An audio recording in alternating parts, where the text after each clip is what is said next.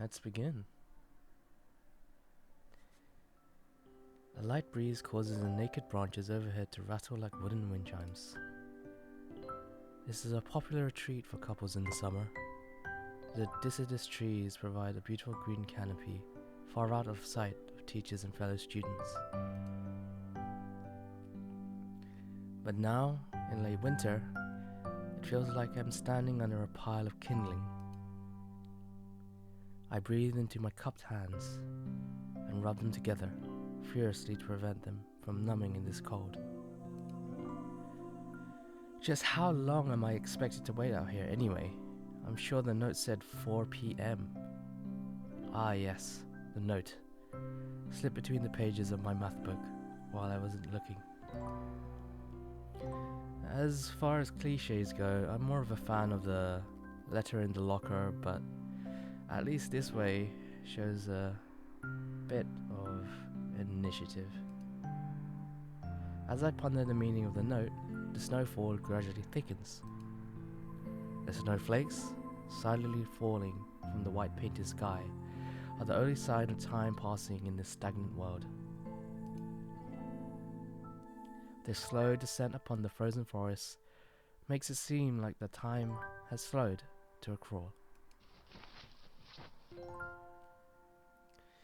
The rustling of dry snow underfoot startles me, interrupting the quiet mood. Someone is approaching me from behind. Hisao, you came? A hesitating, barely audible question. However, I recognize the owner of that dainty voice instantly. I feel my heart skip a beat. It's a voice I've listened to hundreds of times, but never as more than an eavesdropper to a conversation. I turn to face this voice, the voice of my dreams, and my heart begins to race. Welcome to Bar 7.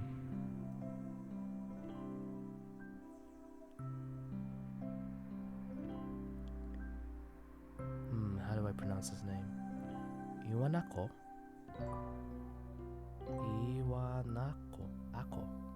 Iwanako? Iwanako, I got a note telling me to wait here. It was yours? Damn it, I spent all afternoon trying to come up with a good line, and that was the result? Welcome to Bar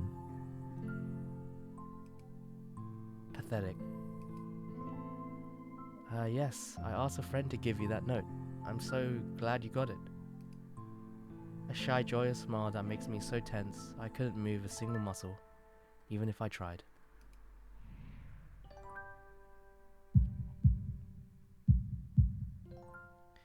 My heart is pounding now, as if it were trying to burst out from my chest and claim this girl for itself.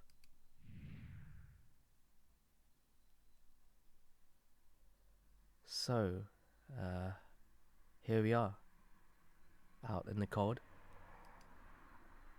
Once again, the wind stirs up the branches. The cacophonous noise is music to my ears. Iwanako flinches ever so softly against a gust of wind. As it passes, she rights herself, as if supported by some new confidence. Her eyes lock with mine, and she lazily twirls her long dark hair around her finger. Thank you, Dream and Laffy, for following. All the while, the anxious beating of my heart grows louder.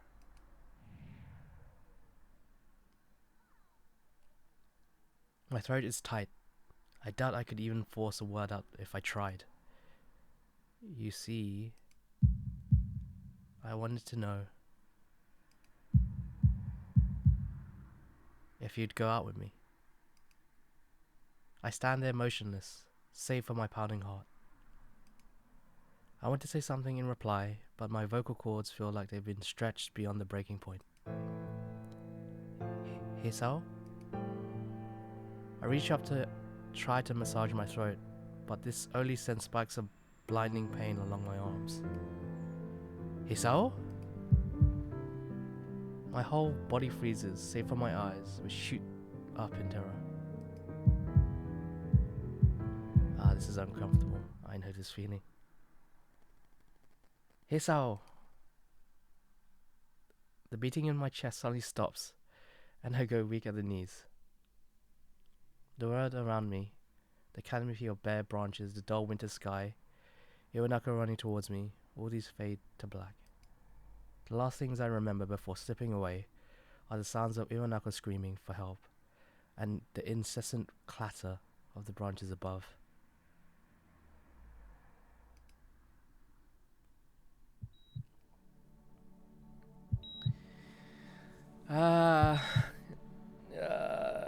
Damn.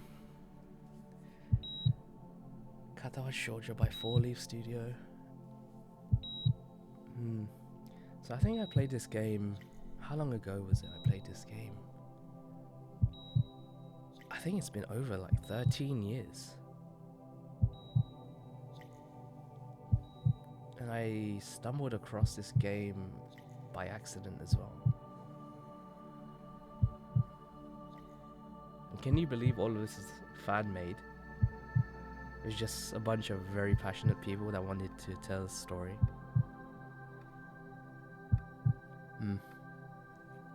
But yeah. Oh yes, you know what? I remember why I discovered this game. It was because of Mike Ino. So if you look up Mike Ino on YouTube, he has this really beautiful animation.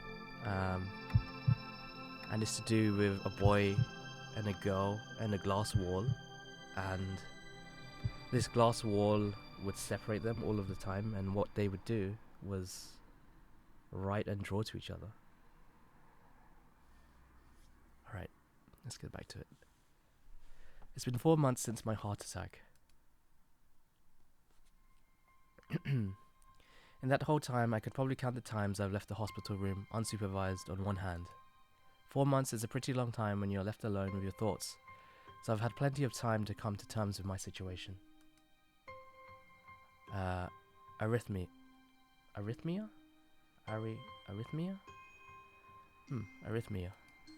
A strange word, a foreign, alien one that you don't want to be in the same room with. A rare condition. It causes the heart to act erratically and occasionally beat way too fast. It can be fatal.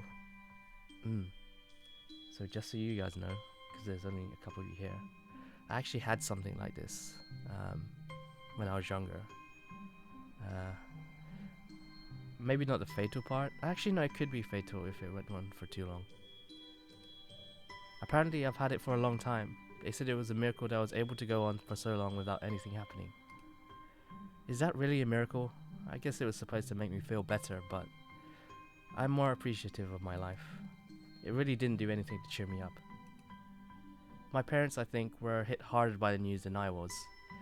They practically had 2 hemorrhages apiece. I'd already had a full day by then to digest everything. To them it was all fresh. They were even willing to sell a house in order to pay for a cure. Of course, there isn't a cure. Because of the late discovery of this condition, I've had to stay at the hospital to recuperate from the treatments. When I was first admitted, it felt as if I was missed. For about a week in my room, in the ward, was full of flowers, balloons and cards. But the visitors soon dwindled, and all the get-well gifts began trickling down to nothing shortly after. Oh wait, who's in chat? Hey everyone. And hey all of the all of the bots in my chat as well. Right, give me a second. PogChamp. What face? Crazy. Say my name too. Alright. Alrighty. Wait, whose name do you... What the hell? Alright, I'll get back to it. I'll read the chat more in a bit. I realized that the only reason I had gotten so many cards and flowers was because sending me their sympathy had been turned into a class project. Maybe some people were genuinely concerned, but I doubt it. Even in the beginning, I barely had visitors. By the end of the first month, only my parents came by on a regular basis. Iwanaka was the last to stop visiting. Ah, god damn it. Oh. Okay. Welcome to Bar 7, Suman. Or, welcome to my stream. Thank you for dropping by. After 6 weeks, I never saw her again.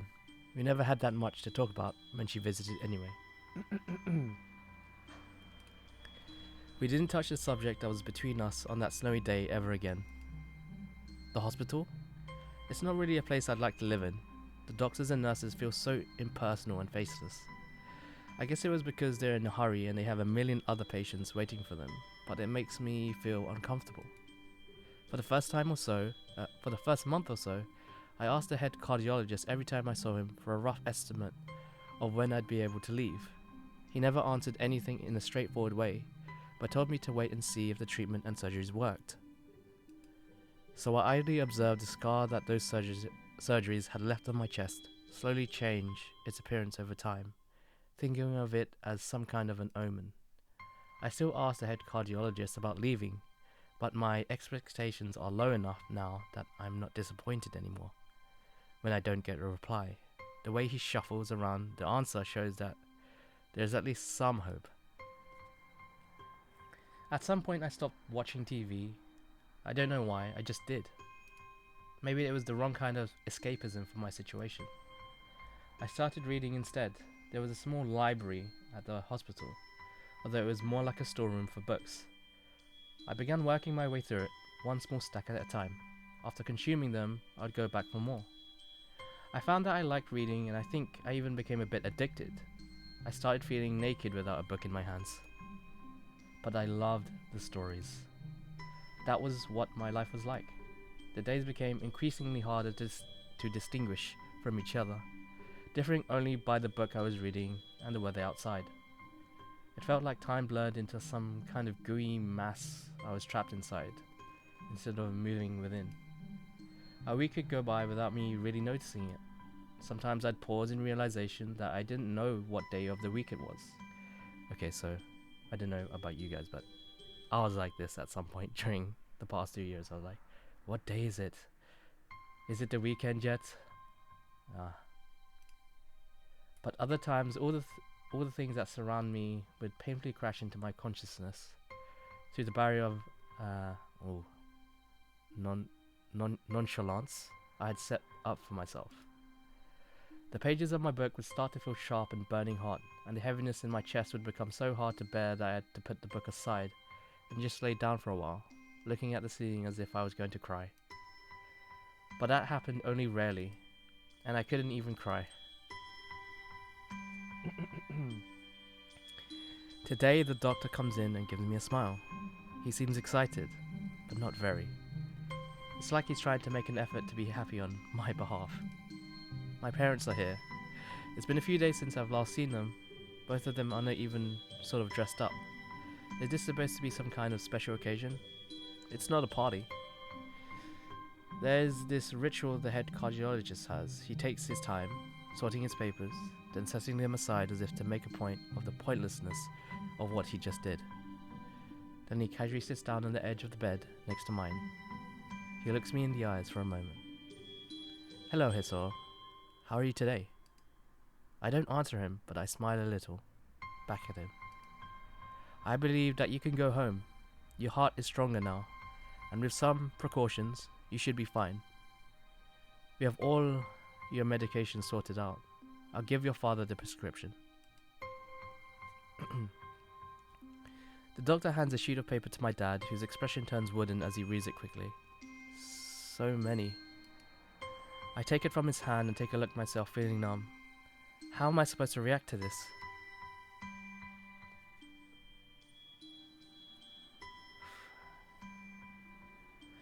The absurdly long list of medications staring back at me from the paper seems insurmountable.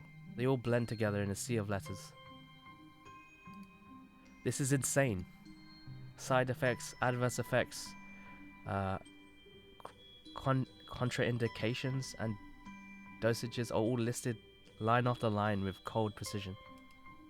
I try to read them, but it's so futile. I can't understand any of it. Attempting to only makes me feel sicker. All this for the rest of my life, every day. I'm afraid that this is the best we can do at this point. However, new medications are always being developed, so I wouldn't be surprised to see that list fade over the years. Years? What kind of confidence booster is that? I'd have felt better if he hadn't said anything at all. Also, I've spoken with your parents, and we believe that it would be best if you don't return to your old school. What? Please calm down, Hisol. Listen to what the doctor has to say. Calm down? The way he says it tells me he knew full well that I wouldn't like it. Am I going to be homeschooled? Whatever my concern shows, it's ignored. We all understand that your education is paramount. However, I don't think that's wise for you to be without supervision. At least, not until we're sure that your medication is suitable. So I've spoken to your parents about a transfer. It's a school called Yamaku Academy that specializes in dealing with disabled students. Disabled? What? Am I? It has a 24-hour nursing staff, and it's only a few minutes from a highly regarded general hospital. The majority of students live on the campus. Think of it as a boarding school of sorts. It's designed to give students a degree of independence while keeping help nearby. Independence? It's a school for disabled kids. Don't try to disguise that fact. If it was really that free, there wouldn't be a 24-hour nursing staff, and you wouldn't make a hospital being nearby a selling point. Of course, that's only if you want to go, but your mother and I aren't really able to homeschool you. We went out there and had a look a couple of weeks back. I think you'd like it. It looks like I really don't have a choice. Compared to other heart problems, people with your condition usually tend to live long lives. You'll need a job one day, and this is a good opportunity to continue your education. This isn't an opportunity. Don't call it an opportunity. Don't call it a goddamn opportunity. Well, you should be excited at the chance to go back to school. I remember you wanted to return to school, and while it's not the same, a special school. That's an insult.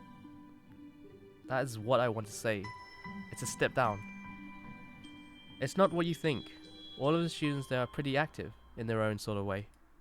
It's geared towards students that can still get around and learn, but just need a little help in one way or another. Your father's right, and many of the graduates of the school have gone on to do amazing things. A person doesn't have to be held back by their disability. One of my colleagues in another hospital is a graduate. I don't care. A person doesn't have to be held back by their disability. That's what a disability is. I really hate that something so important was decided for me. But what can I do about it? A normal life is out of the question now. It's funny. I'd always thought my life was actually kind of boring. But now I kind of miss it. I want to protest. I want to blame this lack of reaction on shock or fatigue. I could easily yell out something now. Something about how I can go back to school anyway. But no. I don't say anything. The fact is that I don't know. The fact is that I know it's futile. I look around the room, feeling very tired of all of this. The hospital, doctors, my condition, everything. I don't see anything that would make me feel any different. There really isn't a choice. I don't know this. I know this, but the thought of going to a disabled school, what are those even like? As much as I try to put a positive spin on this, it's very difficult. But let me try. A clean slate isn't a bad thing. That is all I can think of to get me through this. At least I still have something, even if it's a special school. It's something. It's a fresh start, and my life isn't over, and it would be a mistake just to resign myself to thinking that. At the very least, I'll try to see what my new life will look like. I'm not used to reading so much out loud. Ooh. Act 1. Life expectancy. Uh-oh. 1 second, guys. I'm gonna quickly mute. Be right back.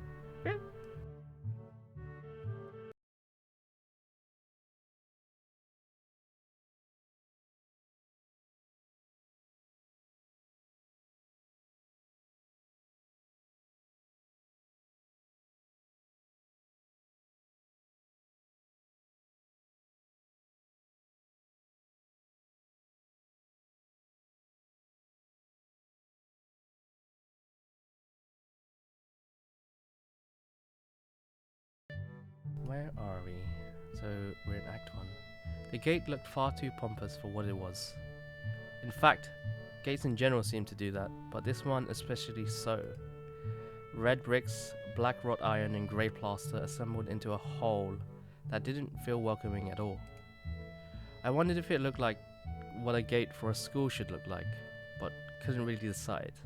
Probably no. Of course, I didn't want to get stuck on thinking about the gate for too long, so I entered through it with a brisk pace that felt surprisingly good. Moving forward feels good. So I walked towards the main building of Yamaku Academy with this brisk pace. I'm alone, as my parents are taking my stuff to the dorms, and there's supposed to be someone waiting for me. The grounds are incredibly lush, filled with green.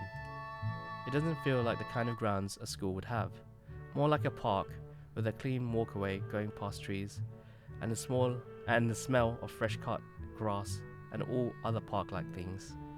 Words like clean and hygienic pop into my mind. It makes me shudder. I shake them off. Stay open-minded now. Stay open-minded now. It's your new life.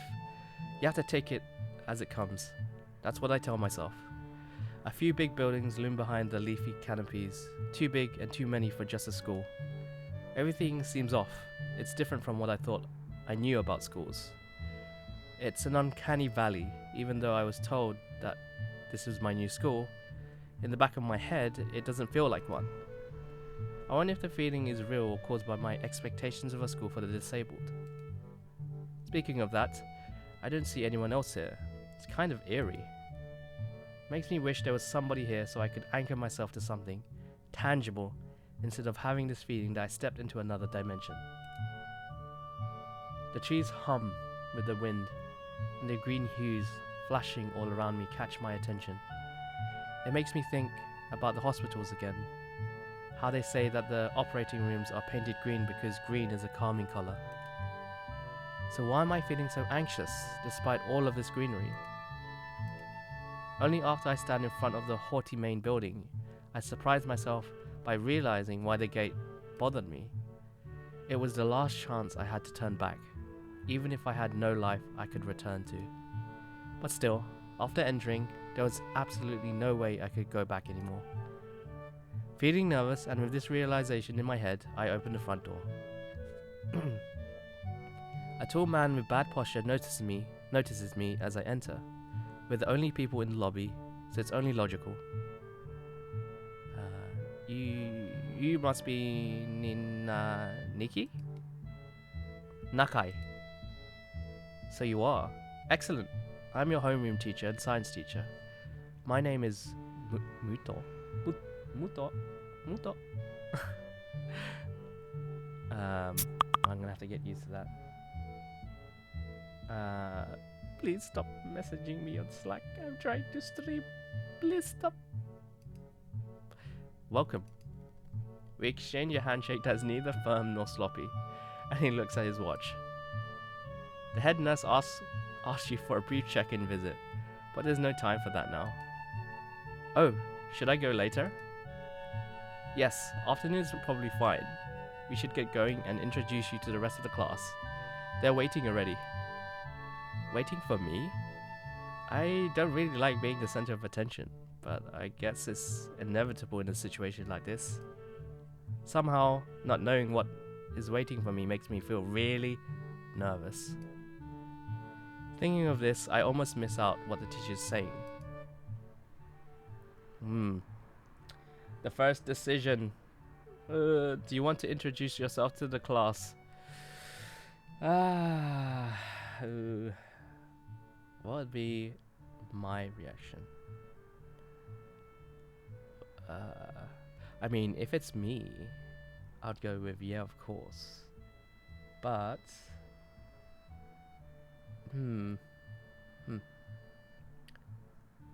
or why? So I'm feeling really nervous. But I'll go with my answer. I'll go with yeah, of course. Yeah, sure. I mean, isn't that normal? Of course. But not everyone likes to be not everyone likes to be at the center of attention. I'm probably one of those people, but I guess I should be the one to give the first impression of myself. Right, but it's no problem. Let's go then. Bloop, bloop, bloop. Up the stairs. My heart is pounding in my chest, and it keeps me thinking about my condition as I follow the teacher upstairs. The third door down. Okay. The third door down, the third floor corridor. Is this the third door down? The third floor corridor is marked as the classroom for class 3-3. Oh. That was a tongue twister. The third door down, the third floor corridor. Muto opens the door and enters. Good morning, everyone. Sorry I'm late again. I hesitate for a split second at the door, freezing on the spot. Get a grip. This is a big step. I know that, but there isn't any point to worrying so much about it. At least, not this soon. I follow the teacher into the classroom and look around, partially so I won't have to meet the curious gaze of my new classmates. Ooh, oh, not everyone's here. What's over here? It's pretty spacious, and the ceiling is casually high, and there's lots of space left over around the in-between desks. An entire wall taken up by blackboards, and the high old-fashioned windows only make it seem larger. The students' desks are just standard wooden desks with a shelf underneath for books and wooden chairs with metal frames. Simple and efficient. I stopped walking in front of the classroom and faced the other students. They all looked normal, like students in any other school. But then why would they be here? Then I noticed that one of the girls seems to be missing the thumb of her right hand. It's a little jarring. Despite the natural tendency to listen when someone's talking about you, I tune out the teacher's speech halfway through while he introduces me to the class. What the? I notice a flash of dark hair and see that someone is looking at me. A girl with really long, straight hair that is pretty eye-catching. As she sees me looking back at her, she covers her face with her hand, as if it will make her invisible. There's one boy with a cane leaning against the lockers at the rear of the class. It's weird seeing someone so young with a cane. Another girl seems to be making some weird hand motions. Sign language? She peers at me over the rims of her glasses, then goes back to whatever she's doing. She's kind of cute. So is a cheery looking girl with pink hair sitting next to her. She's really hard to miss. I don't know how I didn't notice her the moment I walked in. Please, welcome our newest classmate. He claps his hands and so does everyone else. except one girl in the first row who has only one hand. I cringe a little, but hide it by bowing in thanks for this applause I did not deserve. A collective silence tells me that I should open my mouth now. So, I'm Hisao Nakai. And after that, my hobbies are reading and soccer. I hope to get along with everyone even though I'm a new student. That was a sucky introduction, man. My hobbies are reading and soccer and that was it? That's all you tell them about yourself? Come on, Hisao. Well, I guess maybe if that was me, I wouldn't know. Would I know what to say? I was going like, yeah, my hobbies are reading and soccer. I enjoy Italian cuisine, like spaghetti. And my favorite color is green. Something like that. But I guess Hisao is, I guess being stuck in hospital for months on end makes it hard to talk to people. So, I have to be understanding of Hisao. And after that, I'm being so boring. This is exactly like every self-introduction ever. Okay, good, Hisao. You realize I should say something more exciting. I ended up saying nothing, and the teacher picks up from there. Everyone seems to be satisfied even with what little I said, though. A few girls are whispering to each other, throwing glances at me. It could have gone worse. I listen to the teacher as he drones about getting along while letting my gaze sweep across the classroom. Everyone seems to be listening to him intently, and when he's done, they clap their hands again, which feels like a weird thing to do. The first row girl claps on this round, with her one hand against her other wrist that ends in a bandaged stump. It makes me feel a little bad. We're going to be doing some group work today, so that'll give you a chance to talk with everyone. Is that okay with you? Yeah, it's fine with me. That's good. You can work with Hakamichi. She's the class representative. She can explain anything you might want to know, and who else would be able to do that better, right? Well, how could I know? The teacher passes out the day's assignment and announces that we will be working in groups of 3. It hits me that I don't know who Hakamichi is. Slow. The teacher seems to catch my helpless expression. Oh right, Hakamichi's right there. Shizune Hakamichi. Shizune. As he calls out her name, the cute bubbly looking girl with bright pink hair and gold eyes waves her hand at me. I take a seat next to her, by the window. Hey, I guess you're Hakamichi, right? It's nice to meet you. Ha ha ha! What? I'm caught off guard by her laughter. It's nice to meet you too, but... Oh. I'm not Hakamichi, I'm Misha. This is Hakamichi. Shi-chan. Giggling, Misha points to the girl next to her, the one I saw using sign language before. It looks like she's been staring at me this whole time. She nods once, nonchalantly, to show that she acknowledges my presence, but only barely. Acknowledges my presence, but only barely. Ooh. Oof. She has short, yet carefully, neatly brushed hair, a pair of oval-shaped glasses balanced on the tip of her dainty nose, and dark blue eyes that seem to alternate every few seconds between analytical and slightly bored. It's nice to meet you.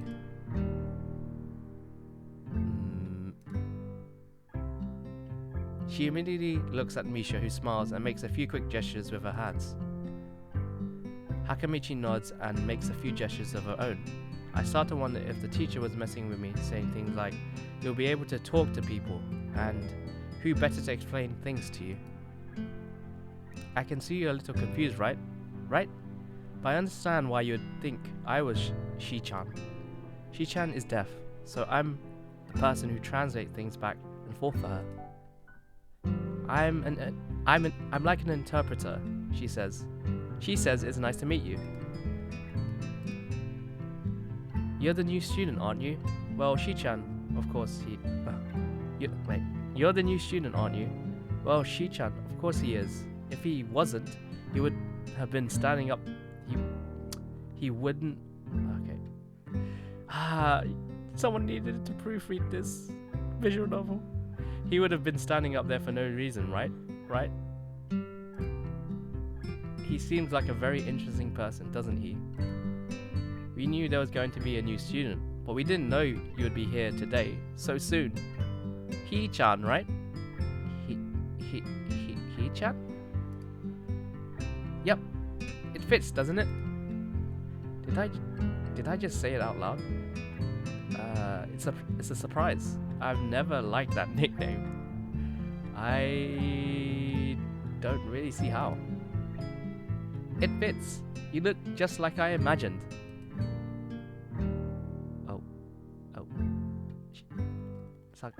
Was it Sakamichi? Oh. Ha ha ha. Yeah, you look just like He-chan. Just like a He-chan.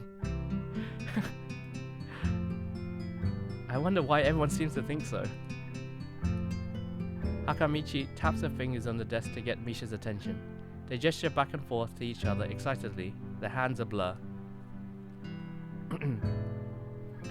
Misha seems a little overwhelmed. Sorry about that. Shi-chan wants you to know that she's the class rep, so if there's anything you need to know, you can feel free to ask her. Do you like the school so far? We can show you around a little if you haven't had the time to walk around and familiarize yourself with it. Misha stumbles with the hard word a bit. And so do I. I stumbled with the hard word a bit. Misha stumbles with the hard word a bit, making it stick out in her otherwise fluid translation. Thanks, that'd be pretty helpful. Yeah, I just kind of came straight to class today. ... Shizune ... Ha ha ha. That's no good. You should always try to learn as much as you can about where you're going before you go there. Not just with school either. Always, even if it's a trip to the convenience store. Really, Shi-chan? Ha ha ha ha. Learn about where you're going. I guess I didn't bother to do that, or just didn't care enough to do so. I didn't look forward to this, even if I committed myself to go along with it, half-heartedly. But anyway, I don't say anything and Misha signs something that ends in a shrug. What was that?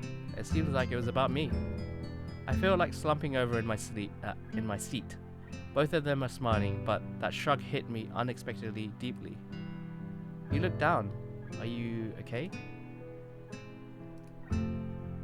Don't take it the wrong way, please. I hate it when people are afraid to ask questions. That's how people learn things, by asking. Asking for help is perfectly normal, as much as needing help. Stop looking like you just failed a test. Wahahahaha. Alright. And another thing, you don't have to call Shi-chan something so formal like Hakamichi or class rep all the time. Just call her Shi-chan.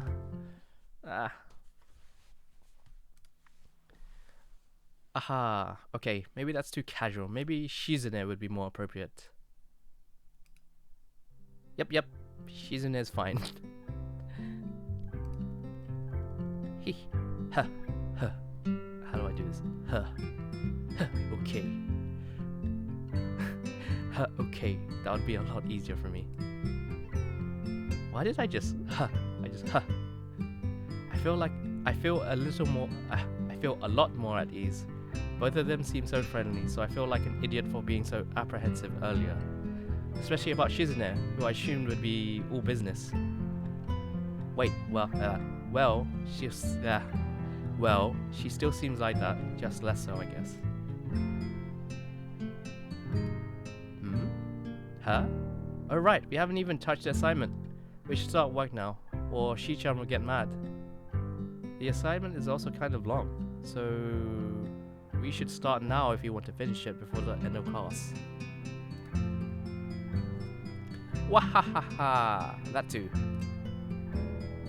I need volunteers to do the females. Yeah, I need volunteers to do the female voice acting. Shizune glares at the two of us impatiently. I don't need to know sign language to understand that. Okay, I get the message. After class, we can take a walk around the grounds together. It's a nice day today. Okay. The assignment is actually very challenging to get through, combining aspects of being both difficult and unnecessarily long. Okay, I'm gonna do this for maybe 10 or 15 more minutes. I need to get water, and then we'll call it for the first part of Katawa Shoujo. Still, we finished it a few minutes earlier than anyone else in the class, despite our late start. Shizune and Misha are really capable. They're quite different though. The class rep is as calm and professional as she looks, while Misha is a lot more playful and girlish, not to mention a little more easily distracted. To be honest, the two of them did most of the work. I feel guilty about that. The clock tower bells ring, signaling the end of the period. Time for lunch. Without knowing what else to do, I follow Misha, who is beckoning me into the hallway and down the stairs.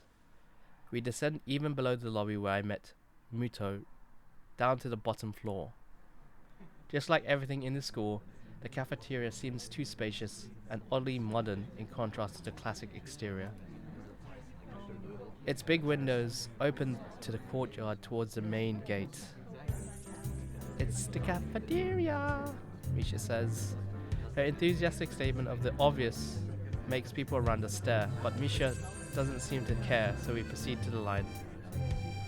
There's a rather long list of menu options which seem great until I realize that many of them are to accommodate students who need special diets. How nice. It almost feels like I'm back at the hospital, eating portions measured with scientific precision to meet the needs of the patients. I pick something at random and follow Shizune to a table sitting opposite of her. As I nibble indifferently at the food I'd rather not eat, Misha pokes me in the side to get my attention and points to Shizune. I don't understand sign, so the point escapes me. Maybe looking at a person who talks to you is proper and polite? Do you want to know something? What? About anything. We're your guides, so you should ask if there's something. I wonder. Alright. Because we're at this decision, I will stop here. So I'll at least say the decision, so I can ask about the library. Kinda boring, not gonna lie. Ask about Shizune's deafness. Kind of unsure. I think I got everything I need to know.